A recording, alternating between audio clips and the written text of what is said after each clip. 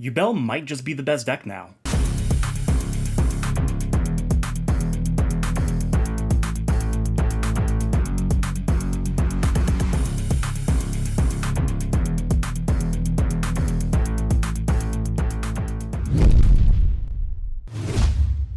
What's up, Duelist? Super Insane 18 here, and today we are going to be bringing you a post-ban list Yubel deck profile. Now, this is a deck that was hit very minimally on the ban list. Obviously, opening of the Spirit Gates went from 3 to 1, and it was a little bit of collateral damage with the Lacrima and the Apollosa hits, but this deck is pretty much nearly at full power, and it is absolutely insane. So we're going to go ahead and show you guys the deck profile, and then on Friday we are going to be uploading a full advanced combo tutorial for this deck as well, so make sure you guys are subscribed with notifications on for that. Let's go ahead and jump on in. Starting off with the main deck, we have our one copy of Yubel and our one copy of Yubel Terror Incarnate. This is just the bare minimum that you need for the engine to actually function. They are in and of a way a brick in the deck, so that is why you don't really want to play more copies of them, but even if you open them, it is not the worst thing in the world. We do have our two copies of Spirit of Yubel, and then followed by the best starter in the deck, the three copies of Samsara D. Lotus. We are on one copy of Gruesome Grave Squirmer. This is a card that a lot of people can't really agree whether you play one or two. Personally, I think that one is just fine because it is incredibly searchable throughout multiple ways. And that's going to be it for the actual Yubel monsters. Now we, of course, have our Fiendsmith engine with the three copies of Engraver and our one copy of Lurie. This is another one-card starter for the deck, so you are going to want to maximize it as well. Whereas the one-card starter aspect of Engraver was kind of lost in a deck like Snake Eye, thanks to the way that this deck functions, it is still perfectly usable here. We do have three copies of Dark Beckoning Beast, which is yet again another one-card starter for the deck, being able to search not only the opening of the Spirit Gates, but if you've already got the opening, you can also search the copy of Chaos Summoning Beast. Now, Chaos Summoning Beast is pretty much just a brick. This is definitely a card that you don't want to open, but being a 0/0 Fiend, it does fit in thematically with the rest of the deck, so it isn't the worst thing that you could open.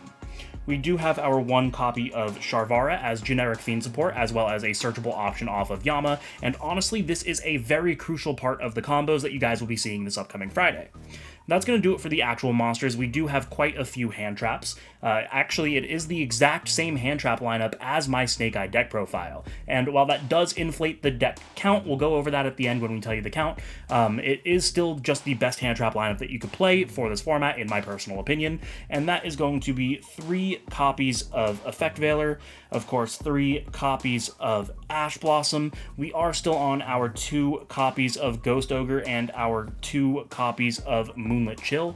Now, I do want to talk about the Ghost Ogre for a second because it is one that you might want to consider bumping up to 3, with the fact that there's only one opening of the Spirit Gates and the fact that the Nightmare Pain is frequently ran at 1. It can be really important to just Ghost Ogre it, so yeah, definitely a card that you could potentially consider upping. Of course, we are still on our Bestials with our two copies of Druisworm and our one copy of Magnamut. Lights and Darks are just meta relevant, and especially with the Fiendsmith package, it's incredible. And then finally, we have our three copies of Nibiru, just because with the loss of Appaloosa, Nibiru becomes much higher of an impactful card. Onto the spells, more one-card starters, with the Nightmare Throne being a field spell that can search you for any of your monsters, and then of course the one copy of Nightmare Pain that we mentioned. You could potentially bump this up to 2, but it is technically recurable with something like Open of the Spirit Gates, so it's just kind of personal preference on which ratio you like more. We are on 2 copies of Fiendsmith Tract, and Fiendsmith Tract is also a one-card combo, which is why we are not just playing one of it. There is an argument to be made for 1, there's also an argument to be made for 3, but personally in testing I found that 2 is an incredible number to have, especially with how often you're able to recycle your Fiendsmiths. You can go ahead and search this for multiple times. We are on the one copy of the Opening of Spirit Gates, because it did just go to 1 on the most recent list, and of course the one copy of Terraforming to search the field spell, being a one-card starter. That's it for the spells, however. We are on 3 copies of Infinite Impermanence, just adding on to the additional hand traps that we have for the deck. And then finally, we are on 1 copy of Escape of the Unchained. Now, previously this deck would play an Abominable Chamber instead of Escape, but the newer combos actually utilize the Escape far more efficiently than the way that the Abominable Chamber worked. So again, just make sure you guys are ready for the combo video on Friday. That will explain this more in depth. But that's going to be it for the main deck at 45 cards, and while you might think that 45 will just inherently lower your consistency, keep in mind that there are 17 one-card starters in this deck, which mathematically means that from 45 cards, opening 5 in your opening hand, you have a 92% chance of seeing a single copy of a one-card starter, plus the other 4 cards in your hand being extenders, hand traps, whatever it may be, so it is still incredibly consistent, even with the inflated count. Let's go ahead and show you guys the extra. Now, it's really funny because you might think that the extra deck is actually kind of open, given that we lost a couple of cards. We lost the Appaloosa, we lost the Lacrima, some builds were playing Beatrice, which potentially opens up 3 slots, but because of the necessary replacements, the extra deck is actually incredibly tight. And so that is why we are only running 2 copies of Phantom of Yubel. Now, there are some builds that do just run 2 of these, but I do think that if we had the room to play 3, we would absolutely want to play 3. This is just an incredible card, not only being a pseudo Omni-Negate, but also just recycling your resources as well. Super incredible. I wish I had the room to play 3, but unfortunately I just do not. And that leaves us on the Aerial Eater and the Necroquip Princess. These are 2 powerhouse TCG exclusive Fiend fusions that just have ridiculous strategy with the Fiendsmith engine, and the Aerial Eater is something that, while wasn't being played before, is absolutely crucial to the combos now post-ban list.